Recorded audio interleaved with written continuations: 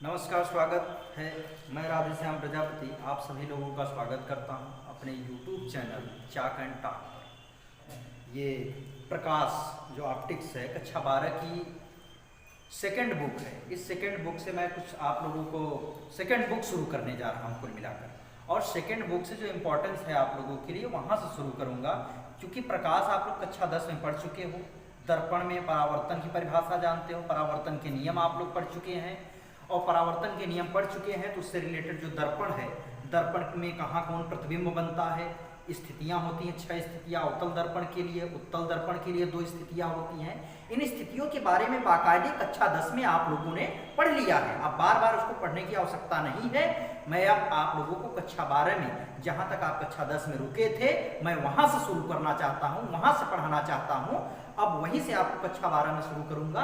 आपका है यहाँ पर लिखा हुआ है अवतल दर्पण के लिए सूत्र का निगमन, यानी जो 1/f बराबर 1/u प्लस 1/v का जो फार्मूला वहां पर डायरेक्ट लिखा हुआ मिला था, उस फार्मूले को आप कक्षा 12 में यहाँ पर डेरिवेशन के रूप में प्राप्त करेंगे। आइए आज हम उसी डेरिवेशन के बारे में आज आप लोगों को मैं डेरिवेशन कराता हूँ, कुल मिलाकर के निगमन कराता हूँ कि 1/f बराबर 1/u प्लस 1/v का फार्मूला कैसे प्राप्त हुआ है। इस फार्मूले के बारे में आप लोगों को बताता हूँ।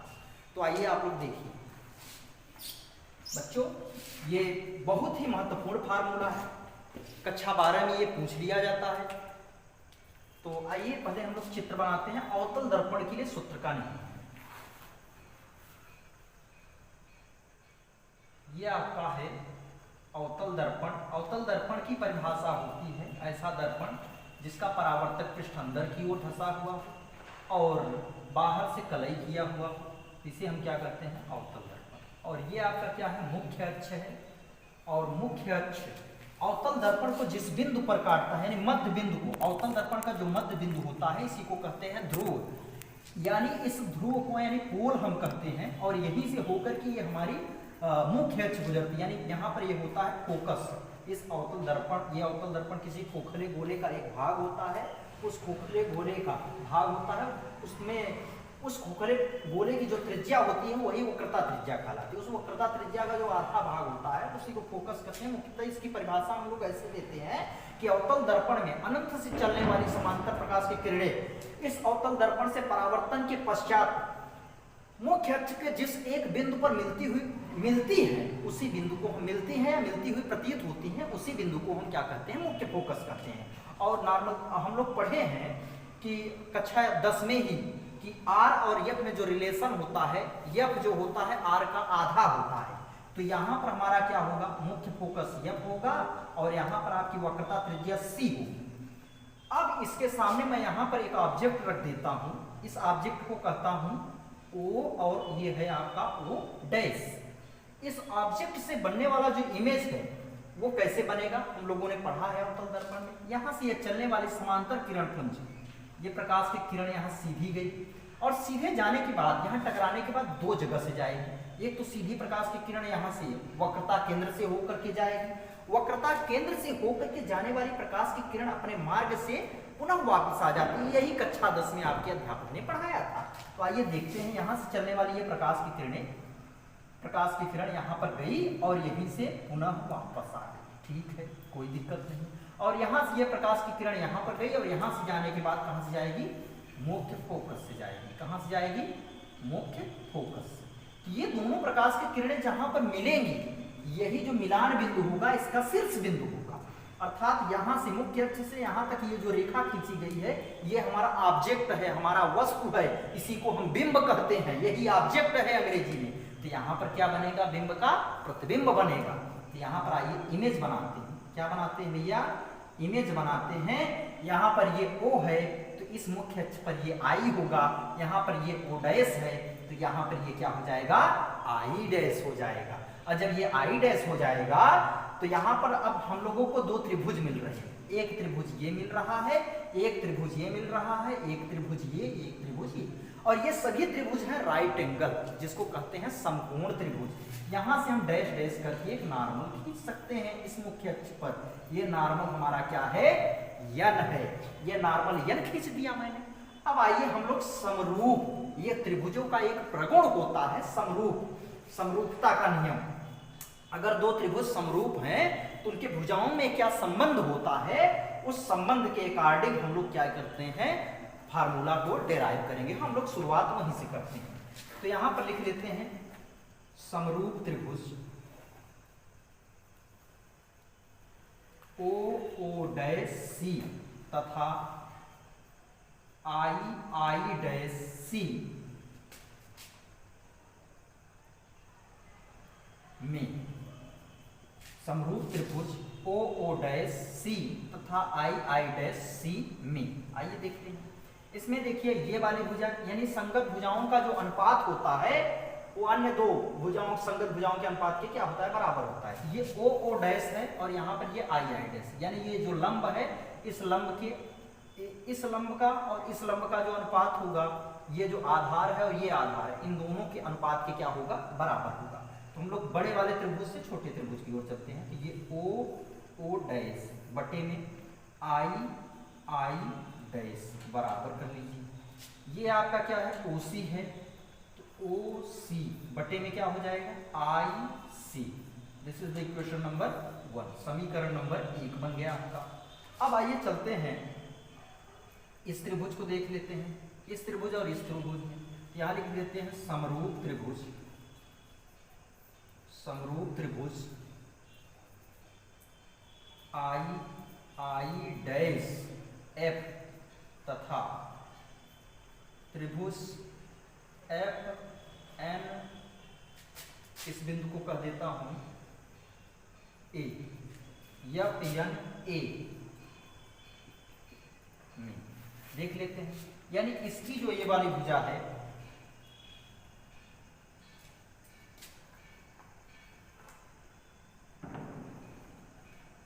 इसकी ये वाली भुजा जो है ए एन, तो यहां पर लिख लेते हैं ए एन बटे में ये वाली भुजा, ये लंब है तो ये भी लंब है, ये क्या है आई और आई डैश है, बराबर कर लीजिए भैया।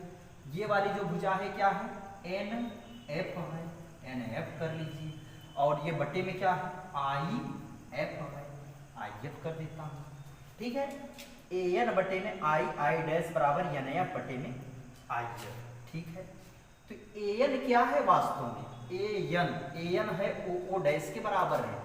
किन्हीं दो समांतर भुजाओं के बीच वाली, किन्हीं दो समांतर रेखाओं के बीच में जो खींची गई रेखा होती, लंबवत रेखा होती है इनके बीच में, वो हमेशा हर एक बिंदु पर समान होती है। इस बिंदु पर ओ डैश है, यहाँ पर ए एन है, अर्थात ओ डैश और ए एन क्या है, बराबर है। तो हम लिख सकते हैं चूंकि ए एन बराबर ओ डैश, क्लियर।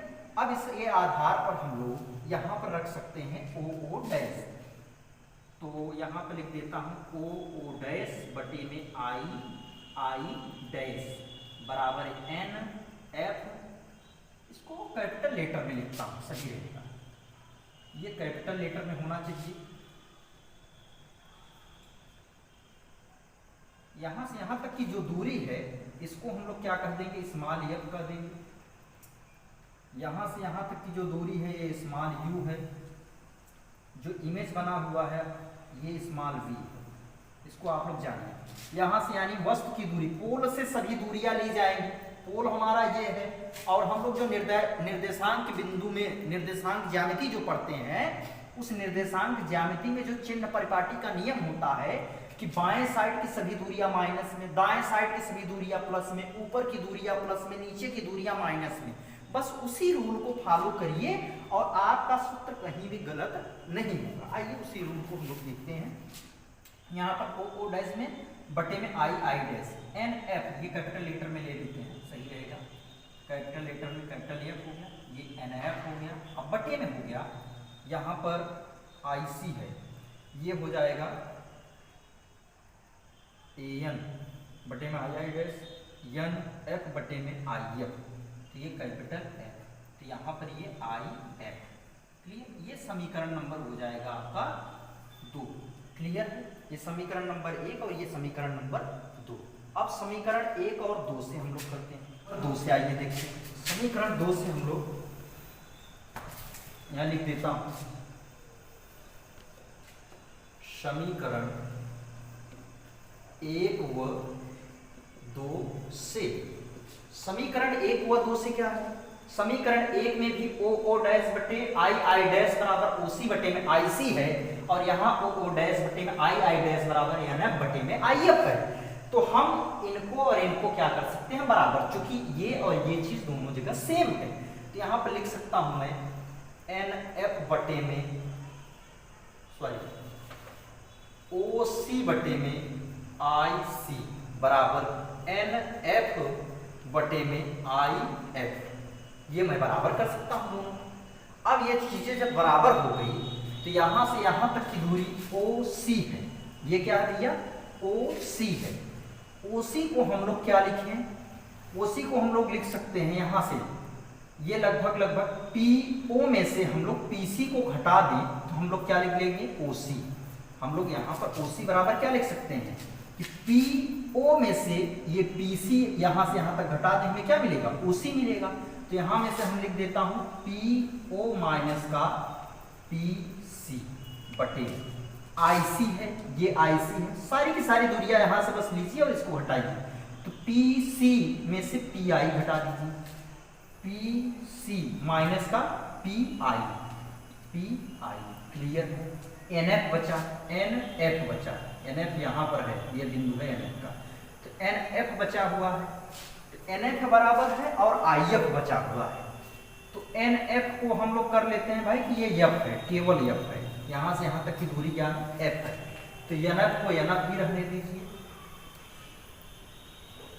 अब बटे में क्या है, IF है, तो IF यहाँ से यहाँ तक है, तो PI में से PF घटा दीजिए, PI में से PF घटा दीजिए, PI में से PF घटा दिया, और ये NF जो है ना, ये लगभग आप मान ले रहे हैं कि ये दूरी को निग्लेजिबल मान लीजिए, तो NF को मान लीजिए PF के बराबर, तो ये किसके बराबर हो जाएगा, वास्तव में PF के बराबर। अब मामला हो गया हल। अब आपको सब मान रख देने हैं, वो भी चिन्ह परिपाटी के साथ। तो PO का मान क्या है, PO वास्तव में U है, तो PO बराबर U रखिए, लेकिन चिन्ह के साथ माइनस का U। उसके बाद PC है, PC बराबर हम लोग यहाँ लिख लेते हैं, क्या होगा, कैपिटल R होगा, कैपिटल R, क्योंकि ये वक्रता त्रिज्या है, वक्रता त्रिज्या हम लोग माइनस में लेंगे तो माइनस माइनस प्लस R हो जाएगा, बटे में PC फिर से है, तो PC बराबर क्या है, माइनस का R है, और यहाँ माइनस का PI, तो PI तक की दूरी क्या है, V है, लेकिन ये भी माइनस में है, माइनस माइनस प्लस हो जाएगा, V बराबर PF बराबर क्या है, F है, लेकिन ये किस में है, माइनस में है, तो माइनस में कर लीजिए। PI क्या है भाई, PI है, V है, तो V माइनस में कर लीजिए। और PF क्या है, माइनस में है, तो माइनस में क्या हो जाए, माइनस माइनस प्लस, क्लियर है। अब हम लोग क्या कर लेते हैं, तिर्यक गुणा कर लेते हैं, इधर का इधर, इधर का इधर, तो इसका गुणा इधर कर लीजिए, R माइनस का, R के स्थान पर हम लोग रख लेते हैं 2F, क्लियर। तो माइनस का U और प्लस में 2F, चूंकि हम लोग जानते हैं भैया R बराबर होता क्या है, 2F, ये रिलेशन हम लोगों को मालूम है, चूंकि R बराबर 2F, तो माइनस का U बराबर 2F, और यहाँ नीचे भी रख लेते हैं, माइनस का 2F प्लस में V बराबर, ये माइनस का F है तो माइनस का F रहने दीजिए, ये माइनस का V है तो माइनस का V रहने दीजिए, यहाँ प्लस का F है, प्लस का F रहने दीजिए। अब फिर ये गुणा कर लीजिए, इसका गुणा इधर करेंगे तो माइनस का U प्लस में 2F, कोष्टक बंद, माइनस का V प्लस में F बराबर, ये माइनस का F और ये माइनस का 2F प्लस में V, क्लियर है। अब हम लोग क्या कर लेते हैं, गुणा, माइनस U का गुणा V में करेंगे तो माइनस माइनस प्लस हो जाएगा, प्लस UV, और ये 2U माइनस U का गुणा इसमें करेंगे तो माइनस का UF।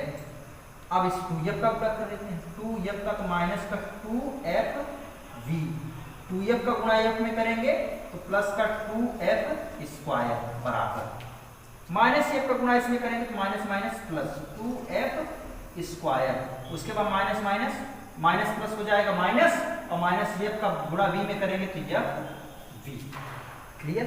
अब दोनों तरफ 2F स्क्वायर कॉमन है तो ये कट जाएगा, बचा क्या है, UV माइनस का U एफ माइनस का 2FV और यहाँ माइनस का FV। तो इसको हम लोग लिख देते हैं UV और ये माइनस का UF। इसको भेज देता हूँ इधर, तो बराबर हो जाएगा ये 2FV और माइनस का FV। तो 2FV में से FV घटाइए तो क्या आ जाएगा FV। तो ये UV माइनस का UF ये हो गया। अब हम क्या काम करते हैं, इसको समीकरण नंबर मान लेते हैं 3। इसको समीकरण नंबर 3 मान लेते हैं। 3 में UVF का भाग करने पर, UVF का भाग कर दीजिए। UVF का भाग करते हैं, यहाँ UV है और माइनस का UF है बराबर FV है। तो इसमें भाग करेंगे UVF, यहाँ भी UVF काट दीजिए। UV से UV कट गया, UF से UF कट गया, FV से FV कट गया। यहाँ बचा क्या 1 में F माइनस 1 में V और यहाँ बचा 1 में U। तो यहाँ हम लिख सकते हैं 1 F बराबर 1 V और ये प्लस में 1 में U। फिलहाल U यहाँ लिखा जाता है, तो U यहाँ लिख दे रहा हूँ और V को यहाँ लिख दे रहा हूँ। तो ये आपका आ गया लेंस का फार्मूला, सॉरी दर्पण का फार्मूला। अवतल दर्पण के लिए हम लोग यही वाला फार्मूला कक्षा 10 में पढ़े थे, 1 F बराबर 1 U प्लस 1 में V। तो धन्यवाद, हमने आप लोगों को पढ़ाया ये अवतल दर्पण के लिए जो फार्मूला आया है 1 F बराबर 1 U प्लस 1 V, ये कक्षा 12 में पूछ लिया जाता है लॉन्ग क्वेश्चन में। तो मैंने आप लोगों को पढ़ा दिया है, आप लोग बढ़िया से इसको पढ़िए और मेहनत करिए, और इसमें ये क्वेश्चन अगर आए तो इसको बिल्कुल मत छोड़िएगा। धन्यवाद।